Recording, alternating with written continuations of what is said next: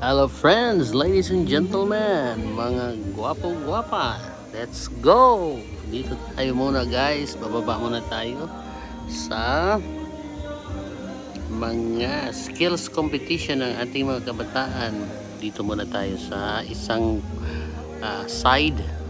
Ano kaya itong mga ginagawa nila? Kaya let's go down. At ito na.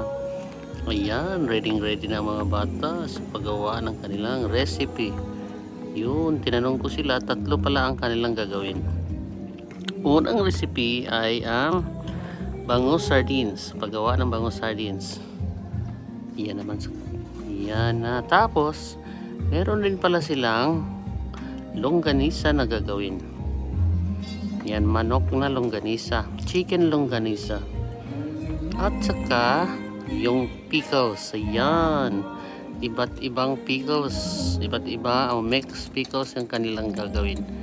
Yan o, may nakaitim na uniform. Isa dito daw anak ni Ma'am Lizelle Jam, ni Madam Lizelle Hamorol, ating friend. Nandyan sa taas sila si Ma'am. Yung kanina, yung feature natin doon sa ibang video natin na kumakaway-kaway na magandang babae. Tatlo sila. Ayan na guys. O, ito.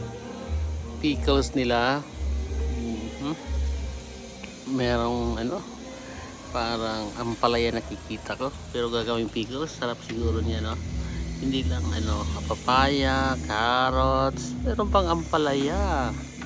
At iba pang mga gulay na pwedeng gawing pickles. Yan, no?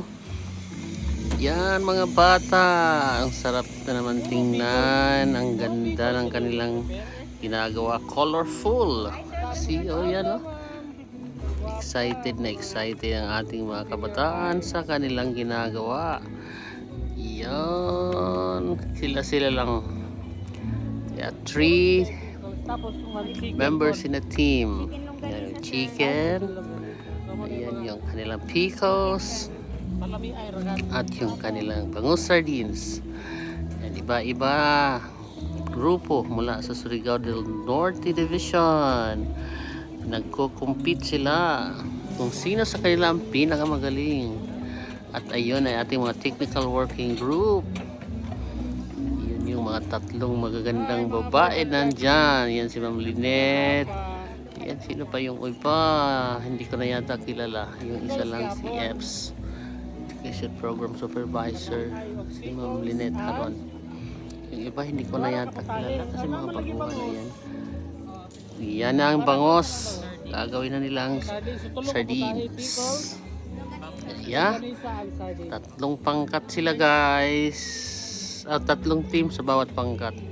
Iba't ibang schools ito ng Surigao del Norte na lahat ng high school. Surigao del Norte National High School, merong Alegria Standalone High School, Tubod National High School, basta 35 schools ng Surigao del Norte, 36 lahat kasama na yung standalone. Kaya eto guys, sino kayang mananalo? Kaya antabayan na natin ang kanilang ginagawa. Let's continue watching. Tuloy-tuloy lang tayo guys sa panonood kasi ang saya-saya nilang tingnan ng mga bata.